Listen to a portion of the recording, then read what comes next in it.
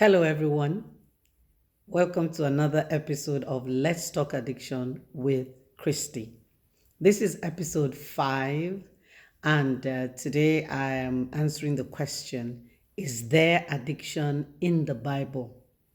My dear Bible buffs and Bible scholars, the people that love Bible well, they will say, this thing, the Bible, all this one she's talking is in the Bible. Yes, in the book of Galatians, chapter 5, from that's verse 16. In the Message translation, it says, "My counsel is this: live freely, animated and motivated by God's Spirit. Then you won't feed the compulsions of the flesh, the compulsions of selfishness." Addiction, by its very nature, is compulsion.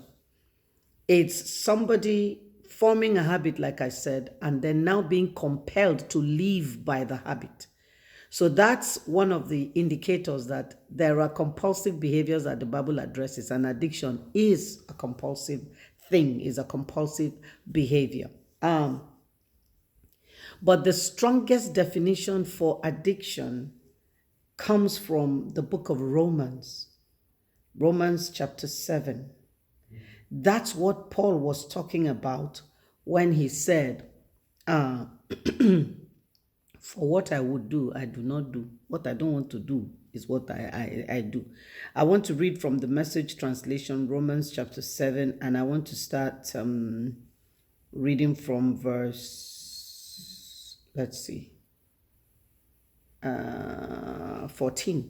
It says, "I can anticipate the response that is coming. I know that all God's commands are spiritual, but I am not. Isn't this also your experience? Yes, I am full of myself.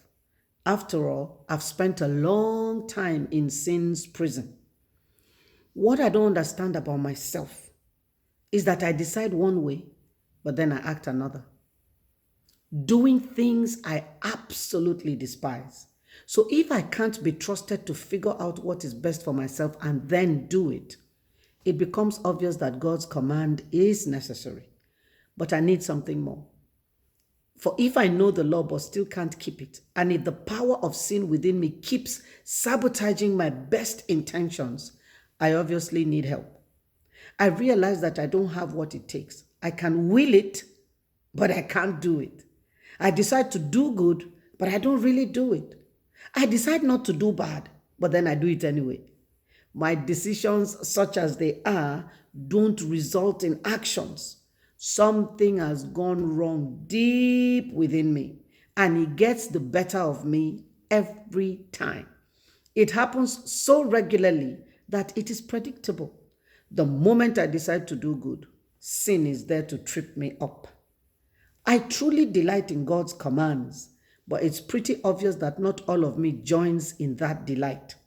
Parts of me covertly rebel, and just when I least expect it, they take charge. Now, if this is not addiction, I don't know what is. He says something has gone wrong deep within me, and it gets the better of me every time. He says it happens so regularly, it's predictable. Once the tension comes, we're going to talk about the cycle of addiction in one of our episodes. Once the tension comes, you go out, you fulfill it, you come back feeling guilty, and then the cycle continues. It is so predictable. And then you say, I will not do this again. We spoke about indicators of addiction, and we said broken promises. I won't do this again. And then you find yourself doing it again. You want to do good. It says, I truly delight in God's command. So that's how a Christian can be addicted.